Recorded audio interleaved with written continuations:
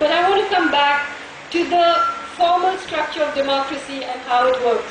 Even as civil society, as organizations like the APCRC and many, many civil rights activists from all over the country had come to Delhi. And they were talking about Operation Green Heart and protesting about it. We have to understand what is at stake for the other side. Just in Orissa alone, just the bauxite is worth something like $4 trillion. Many times more than the entire GDP of this country. Many times more than that. So that kind of money is enough for people, for these corporations to buy everybody. They can buy the media, they can buy the ministers, they can buy the newspapers, they can buy the bureaucrats, they can buy the NGOs, they can buy the opposition and the government, they can buy the elections. That's the scale of money involved.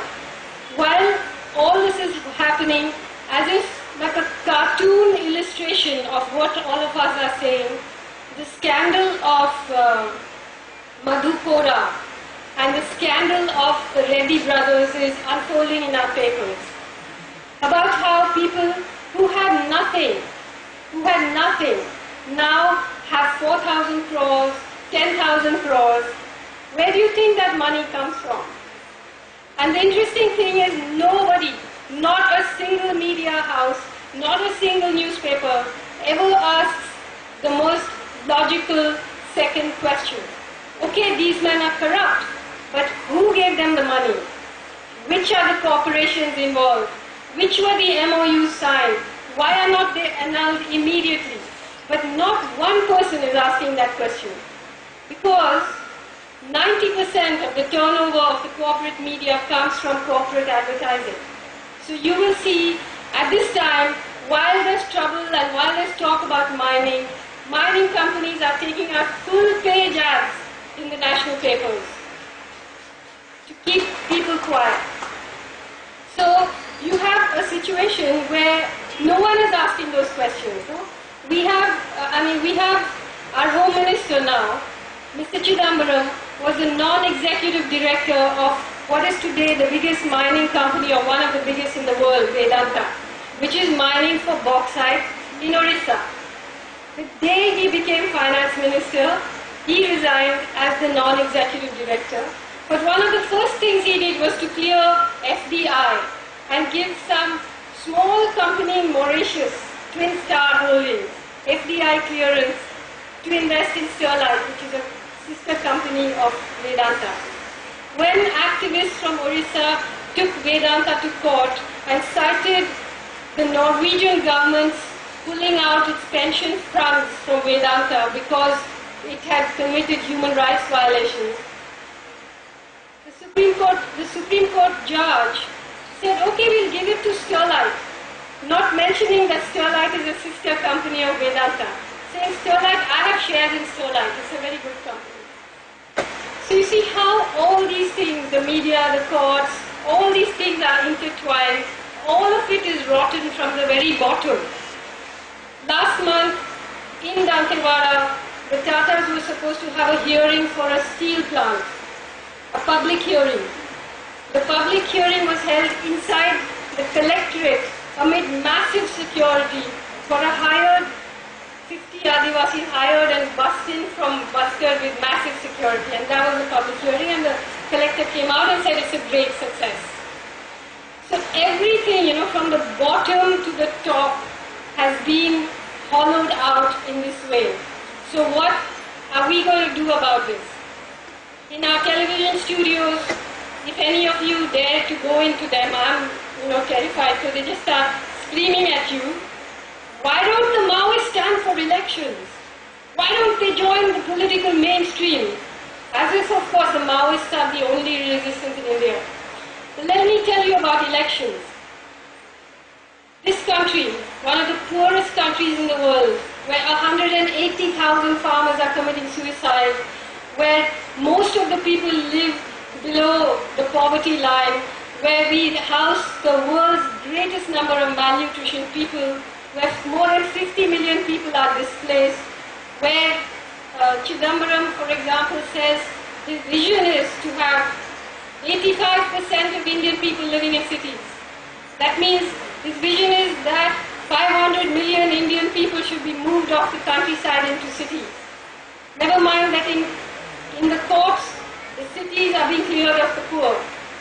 Delhi has to have no street vendors in 2 years' time because all the work they do is now going to move into malls. So there's no place for them in the villages, but neither is there a place for them in the cities. But I was talking about the elections. So in this poor country, we spent more on elections than the United States of America. Where did that money come from? 99% of independent candidates lost the general elections. Only people who have corporate backing can win the elections. You know that the majority of our MPs are millionaires. And you know that many of them won with just 10% of the vote. This new UPA government, they say it's a great majority, but if you look at it, it's less than 10% of the vote of the population of this country. So the elections are also a managed piece of theatre now.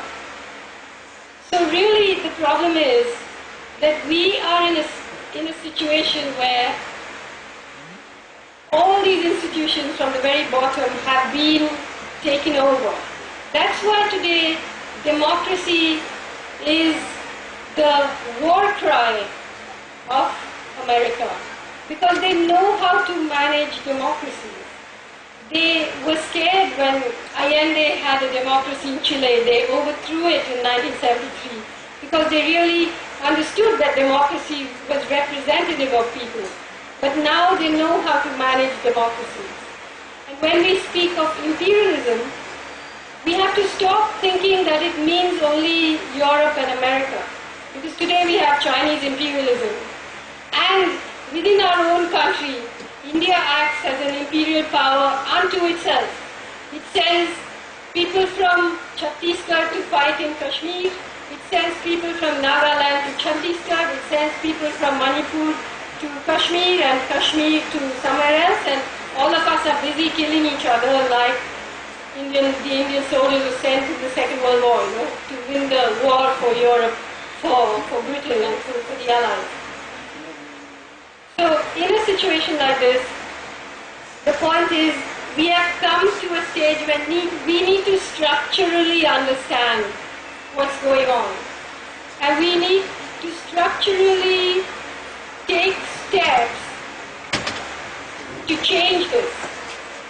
In which case, what I'm saying is that Mahashweta Devi, the great writer, once described Indian democracy as a tapestry which was silken in parts and torn in other parts, but holding together. But the trouble is now the silken parts are sequined, the ragged parts are torn, and the poor are falling through the holes, and the soldiers of the state are following them through with guns. So in a situation like Operation Green Hunt, we need to take sides. We need to say that we are on this side and we are not going to let this happen.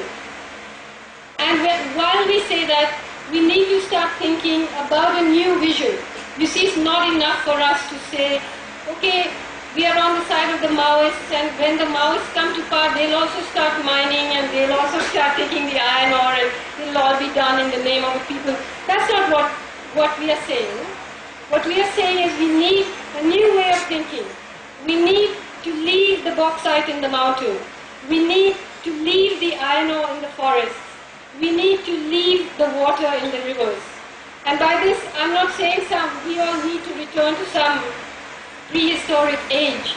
I'm saying that for a beginning, if there's one small, simple thing that we can take away from this meeting, it would be that we need to say to this government, all the stuff about talks and talks to whom, talks about what, please declare all the MOUs that you have signed in this entire Dandakaranya region, not just for mining, but for dams, for cement factories, for power projects, for everything. Please declare what your plans are for this region, and please let people decide what kind of development they want.